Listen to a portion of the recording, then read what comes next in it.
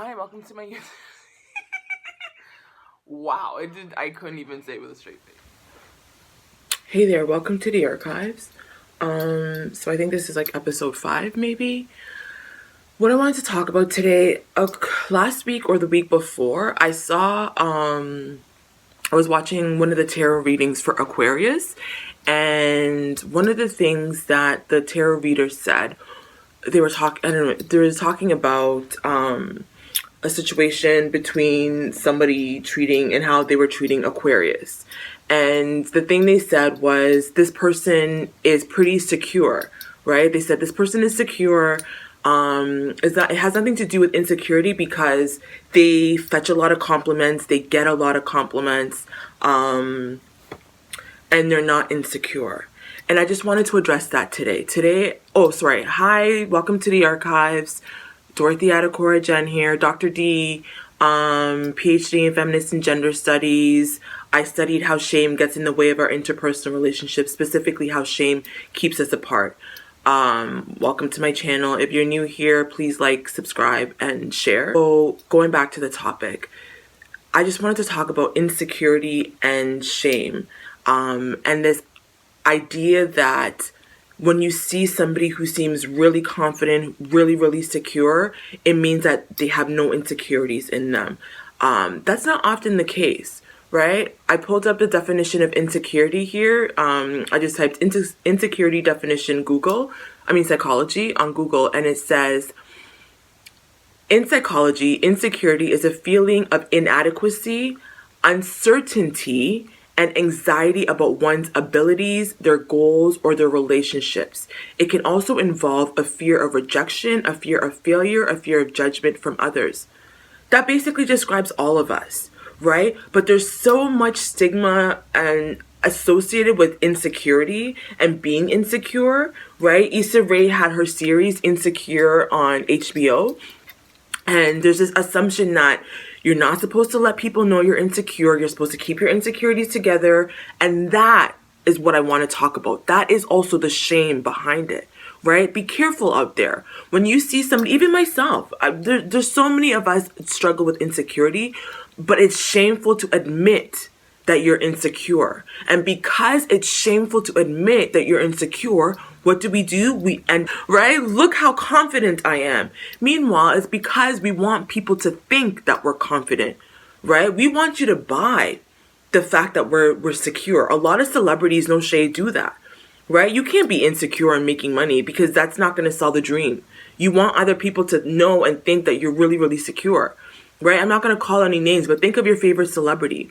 You probably love them because they seem so confident. They're so self-assured. They're so beautiful. They're so, they're out there.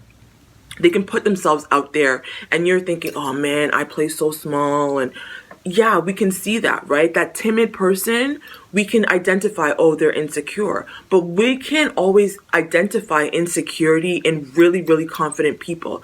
And I think that's what we want. That's the gag. That's what all of us want to do. We step outside, we put this mask on that says, look how confident I am. Look how great I am, right? And meanwhile, it's because we do in some way feel small, and there's no shame about that, right? Having fear of rejection, that's actually quite normal. Having fear of failure is actually quite normal, right? What is not normal is when it gets so much to the max, where it becomes limiting, right? Which I definitely struggle with as well too. Today, for instance, I had to cover up. I had to be a little bit more modest. I had to go back to the modesty because word on the street is like, right? The people don't like that. If you are somebody who's very modest, you keep everything covered, and that's what you do, you expect that from other people. We always want people to be our little mini-me's, right? I don't know you, but I need you to cover and dress modestly because that's what I do, because that's what my religion says, because that's XYZ, right? There's a little bit of insecurity there, because why can't you let people just live? How come seeing somebody's cleavage makes you feel some type of way? What is that, right? So what this looked like is I used Octavia Butler in my research to talk about this. Lauren Olamina what she has hyper empathy, so she feels everything, right? She feels other people's stuff as if it's her own stuff, and often that can be really debilitating. It can almost be it made her feel inadequate, especially compared to Zara. If you've read Octavia Butler's parables, you get this kind of thing, and often the media will really amplify that, like that competition between girls, that drives our insecurities. I was watching, I think it's the Love is Blind Germany edition, and it's a theme, right? The guy is talking to two girls, or the girl is talking to two guys, and that love triangle is so brilliant for so many people because they've tapped in. Now that you pin somebody against somebody, you know that they're going to both be vying for your attention, for that it's giving pick me, right? And that is often our way of negotiating our own insecurities. It feels good to have people fighting over us. The ego loves it, right? That's normal. You don't just have one person pining for you. Now you have two people that are not just pining for you, but they're competing for you. And that's all I wanted to talk about. So in there, Lauren's inferiority complex, it often pushed her to perform hyper superiority, right? If you look at white supremacy, for instance, and I'm not the only one that says it, others have said this, white supremacy is typically an inferiority complex masked as hyper superiority. Look how great we are, right? Meanwhile, they're like, shit, how'd that black girl get so smart? I thought your brains were smaller.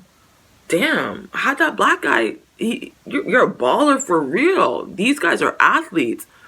Damn, these black people start skating and they're doing better than us in skating? Like, what don't black people do?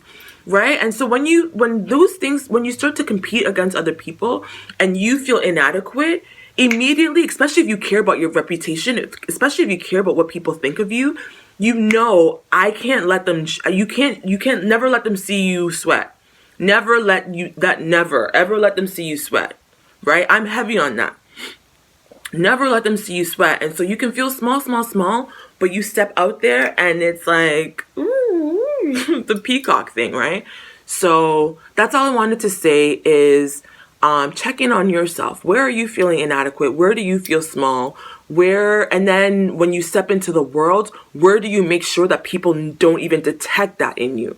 Because it's normal. You don't want people to detect that in you, right? As soon as they smell weakness, it's game over.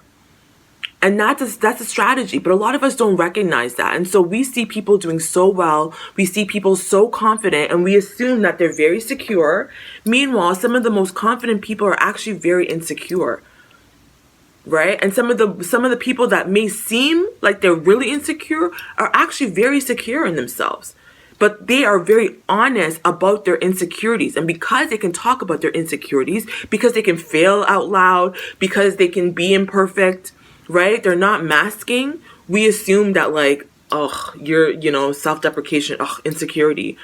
Well, yeah, but so is the person that's acting like they're not.